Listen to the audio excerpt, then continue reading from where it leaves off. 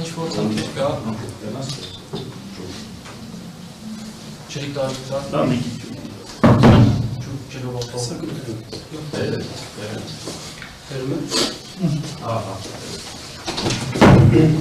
Ըստ որի ներողություն ման անգամների մասին կարող եք առաջնահերթ դատարակներ հայտարարություն է տարածվել, ըստ որի Գյումրի համայնքապետարանը աշխատանքի է հրավեր ճարտարապետ, երբ որում պետք է հասնի։ Միևնույն ժամանակ հետաքննության առարկա ամեն հավանականությամբ կհանդիսանա այն հանգամանքը, որ պարոն Ղուկասյանը նաև հրապարակային ելույթներով նշել է, որ պետք է աշխատանքից հեռացնի ճարտարապետ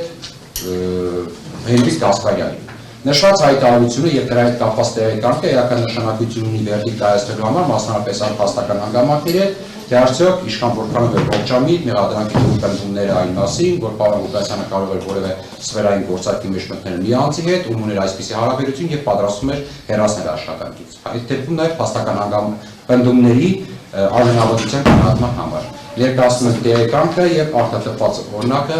որի մասին արդեն հրապարակեց։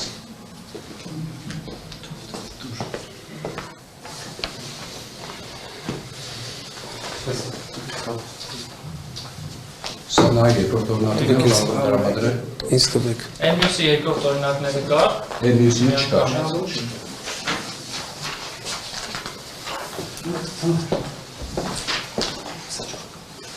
Հաջորդը շրջաբերական է արձակված Գյումրի համայնքի ղեկավարի կողմից 26.09.25 թվականին, ըստ որի բոլոր համայնքապետարանի գրեթե բոլոր աշխատակիցները զգուշացվել է, որ պարտավոր են կատարել միայն օրենքով սահմանված գործողություններ, այդ թվում, եթե անգամ նրանց վերադարձը նրանց անօրինական ցուցում կտա։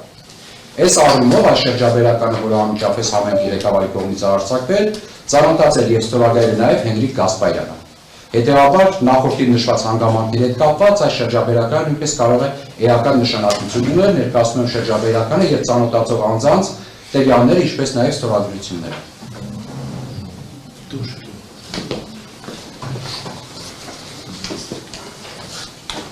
Այս մի օրինակ է։ Հա, բայց ես եթե ինձ էլեկտրոնային հասցե տա, ես կարող եմ էլեկտրոնային կարգով ինչ տա։ Դատարան չկազմակերպել։ Շարունակեք դիսման։ Հաջորդը 13.09.25 թվականին Գյումրի համայնքի ղեկավար Վարդան Ղուկասյանի կողմից Հայաստանի Հանրապետության վարչապետ Նիկոլ Փաշյանին ուղղված գրություններ, որը առաջարկվել է, որպեսզի երկարացվի Գյումրի քաղաքում ապօրինի կառույցների օրինականացման ժամկետը, որը լրացել է։ Վերոնշված էական նշանակություն ունի վերդիկտ կայացնելու համար, մասնավորապես այն պնդումների հետ կապված, թե արդյոք չկա օրենքով նախատեսված ընդհանրակարգ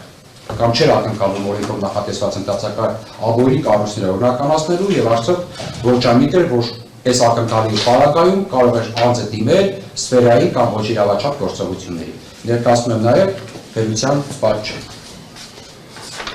Հաջորդը պատվաժան դատարան այս հաջորդ ապացույցի հետ կապված որոշակի տեխնիկական հարցեր կան, որոնք կցանկանայինք մենք ճշտել դատարանից։